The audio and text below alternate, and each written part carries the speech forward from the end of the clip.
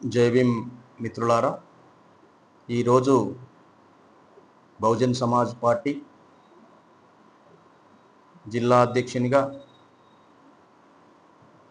విద్యా వ్యవస్థ గురించి ప్రెస్ మీట్ పెట్టడం జరుగుతూ ఉన్నది.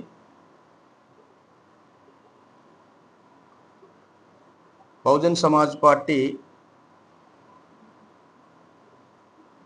బహుజనులకు అందుబాటులో ఉండేటువంటి కార్యక్రమాలు, బహుజనులకు కావలసినటువంటి విద్యకు దగ్గరే ఉండేటువంటి కార్యక్రమాలు చేస్తూ బహుజనుల అందుబాటులో ఉండడానికి మేము ప్రయత్నం చేస్తూ ఉన్నాం. ఈరోజు విద్యా వ్యవస్థ గురించి మనం మాట్లాడుకుంటే, మొన్న రేవంత్ రెడ్డి గారు తెలంగాణ కాంగ్రెస్ ముఖ్యమంత్రి. ఈ తెలంగాణలో విద్యాలయాలు 27,000 ఉండగా అందులో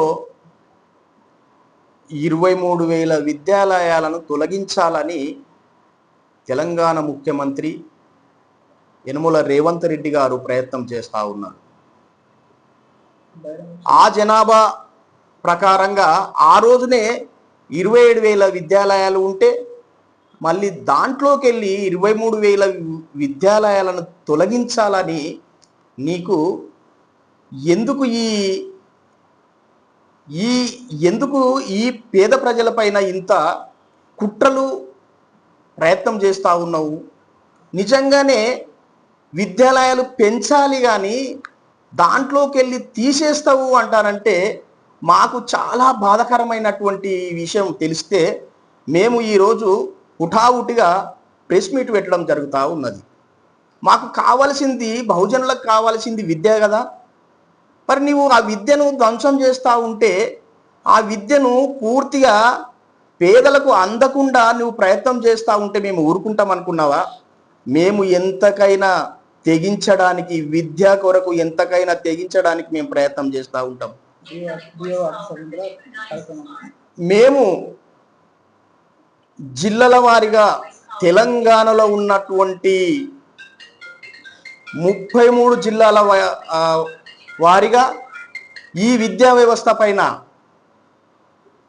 ఖచ్చితంగా డిఓ ఆఫీసు ముందల, కలెక్టరేట్ ఆఫీసు ముందల మేము ధర్నాలు చేయడానికి కూడా వెనుకాడమని ముఖ్యమంత్రికి తెలియపరుస్తూ ఉన్నాం. బడ్జెట్ గురించి మాట్లాడితే,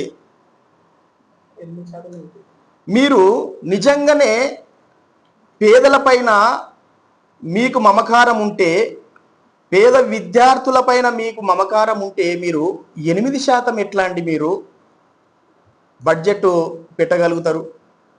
మీరు 8% ఎట్లా పెడతారండి? మీరు నిజంగానే పేదలపైన ప్రేమ ఉంటే 20% కదా మీరు బడ్జెట్ పెట్టేది. 8% వల్ల మా పేద ప్రజలు ఎట్లా చదువుకుంటారు? మీ బిడ్డలేమో కార్పొరేటు స్కూళ్ళల్లో చదువుకోవడము, మా బిడ్డలకేమో మీరు బిచ్చమేసినట్లు 8% మీరు బడ్జెట్ పెడితే మా బిడ్డలు ఎట్లా చదువుకుంటా ఉంటారు? మా డబ్బులు కదండి, మా డబ్బులు మాకు పెట్టడానికి మీకెందుకు ఇంత వెనకాడుతున్నారు? మీరు ఆలోచించకపోతే, విద్యను మీరు ఇట్లా ముట్టుకున్నట్లు అయితే, మీరు విద్యను ధ్వంసం చేసినట్లు నిజంగానే మాకు కనబడితే ఖచ్చితంగా మీ ముఖ్యమంత్రి కార్యాలయం దగ్గర కూడా రావడానికి మేము వెనకాడమని తెలియపరుస్తూ ఉన్నాను. మేము చాలా బాధలో ఉండి ఈరోజు విద్యా వ్యవస్థలో మేము ఎన్నో విధాలుగా మీరు ఎన్నో విధాలుగా అనగదొక్కుతూ ఉంటే చూసుకుంటూ ఊరుకునేది లేదని మేము ఈ సభాముఖంగా తెలియపరుస్తూ ఉన్నాము పత్రికా మిత్రుల ద్వారా.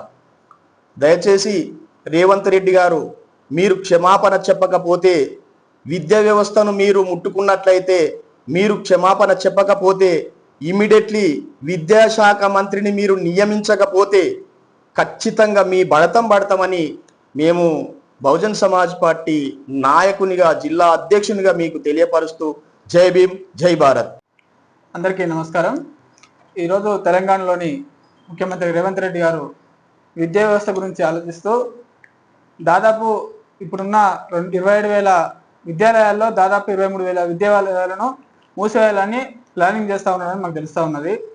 కేవలం 4,000 విద్యాలయాలతో ఈ తెలంగాణని ఎట్లా నిర్మాణం చేస్తారు విద్యా వ్యవస్థలో?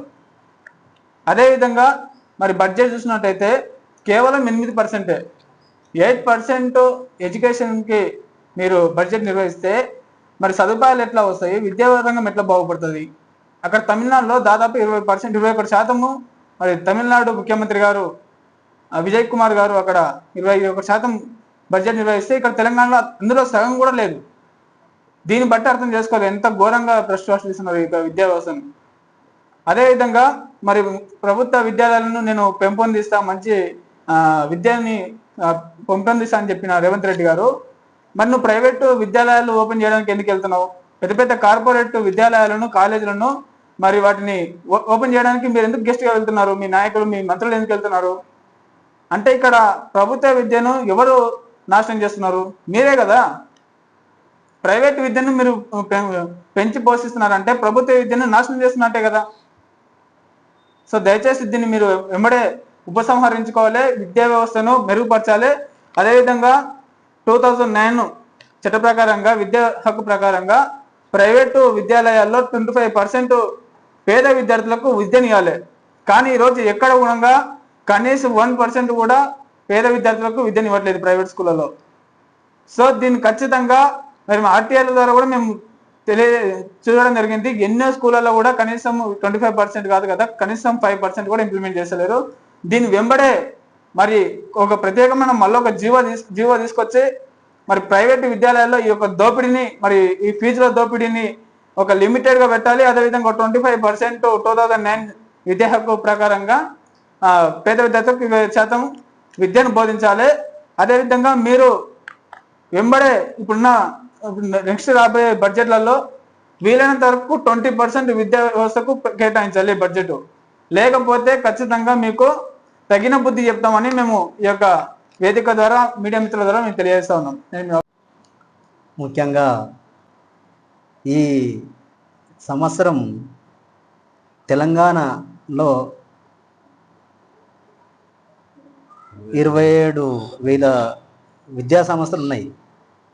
అందులో 23 విద్యా సంస్థలు మూసివేయడానికి గౌరవనీయులైనటువంటి శ్రీ యనుమల రేవంత్ రెడ్డి గారు ప్రయత్నం చేస్తున్నారు.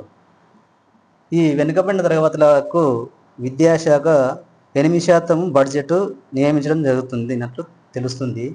అందుకు దానికి ఈ తెలంగాణ యొక్క తెలంగాణలో ఇదివరకు కూడా ఆయన ముఖ్యమంత్రి అయ్యి 2 సంవత్సరాలు అయింది. ఆ విద్యాశాఖ మంత్రికి విద్యకు, ఆ ఎడ్యుకేషన్కు ఒక మంత్రి కూడా నియమించకపోవడం లేదు. ఇది చాలా శోచనీయకమైన విషయం. అందుకు మీరు ఆలోచించి ఆ విద్యా సంస్థకు ఒక మంత్రిని నియమించి, అదేవిధంగా మా వెనుకబడిన తరగతులకు మాకు వచ్చే బడ్జెట్ మాకు కేటాయించి విద్యా సంస్థను ముందుకు కొనసాగించగలరని ఈ సభాముఖంగా బహుజన సమాజ్ పార్టీ ఈ విద్య గురించి మేము బహుజనులం ఎంతకైనా ముందుకు వస్తామని ఈ మీడియా మిత్రుల ముందు, అదేవిధంగా అధ్యక్ష వారు, ఉపాధ్యక్ష వారు ముందు తెలియపరుస్తూ జై భీమ్ జై భారత్. మీడియా మిత్రులకు జై భీమ్, వేదిక మీద ఉన్న పెద్దలకు అందరికీ జై భీమ్ తెలియపరుస్తూ, ముఖ్యంగా ఈరోజు ఉన్న విషయం ఏంటంటే, కాంగ్రెస్ పార్టీ వచ్చినప్పటి సంది ఇంతవరకు కూడా 2 ఏళ్ళు గడిచిపోయినాయి. ఇంతవరకు మంత్రి అనేది లేదు, విద్యాశాఖ మంత్రి అనేది ఇంతవరకు పెట్టలేదు. ఈ యనుమల రేవంత్ రెడ్డి ఎన్ని శాఖలు తన కింద పెట్టుకొని ఇవన్నిటికీ న్యాయం చేయకుండా ఆయన ఎందుకు ఇట్లా పన్నాగాలు చేస్తున్నాడో ఎవరికి అర్థమవుతలేదు. ఇంతవరకు బహుజనులు అప్పుడు ఒక 10-15 ఏళ్ల కింద ఉన్నప్పుడే కేటాయించిన స్కూళ్ళు ఉన్నాయి. వాటిలో ఉన్నట్లనే అప్పటి జనాభా ప్రకారము అప్పుడు ఉన్న కాంగ్రెస్ ప్రభుత్వమే కేటాయించింది. అప్పుడున్న కాంగ్రెస్ ప్రభుత్వమే స్కూళ్ళు కట్టించింది. మళ్ళీ ఇప్పుడున్న కాంగ్రెస్ ప్రభుత్వము వచ్చి మరి ఎందుకు వాటిలను తొలగించాలని ఆలోచిస్తుందో అర్థమవుతలేదు. అప్పటికంటే 10 ఏళ్ల కంటే ఇప్పటికి జనాభా చాలా పెరిగింది. జనాభా పెరిగినప్పుడు స్కూల్ పెంచాలి కానీ తగ్గించడం ఏంటో అర్థమవుతలేదు. అది ఆ ఆలోచన మరి ఆయనకు దిమాకు ఉండి మాట్లాడుతున్నాడా లేక మాట్లాడుతున్నాడా ఎవరికి అర్థమవుతలేదు.